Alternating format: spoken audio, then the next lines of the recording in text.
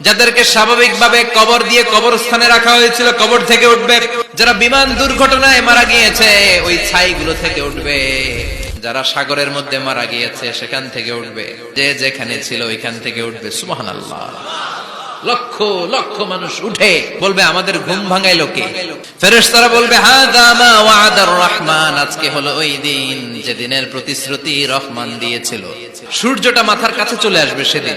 সূর্যের প্রচন্ড তাপে মাথার মগজগুলো ভাতের মাড়ের মতো গলে গলে নাকের ছিদ্র আর কানের ছিদ্র দিয়ে বেয়ে বেয়ে পড়বে। জিহ্বাটা তৃষ্ণায় বেরোতে বেরোতে নাভি পর্যন্ত এসে ঝুলে থাকবে। মা তার মেয়েকে দেখে দৌড়ে পালাবে, বাবা তার কলিজার টুকরা ছেলেরে চিনবে না। ও আয়েশা, দিনটা এত ভয়ঙ্কর হবে, বাঁচাও বাঁচাও ইয়া নফসি ইয়া নফসি বলে একবার ওই বিপদের দিনে মানুষ আকাশের দিকে এরকম তাকাবে, কার গায়ে জামা আছে কার গায়ে জামা নাই, ওই কথা মুহূর্তের মধ্যে ভুলে যাবে রে আয়েশা।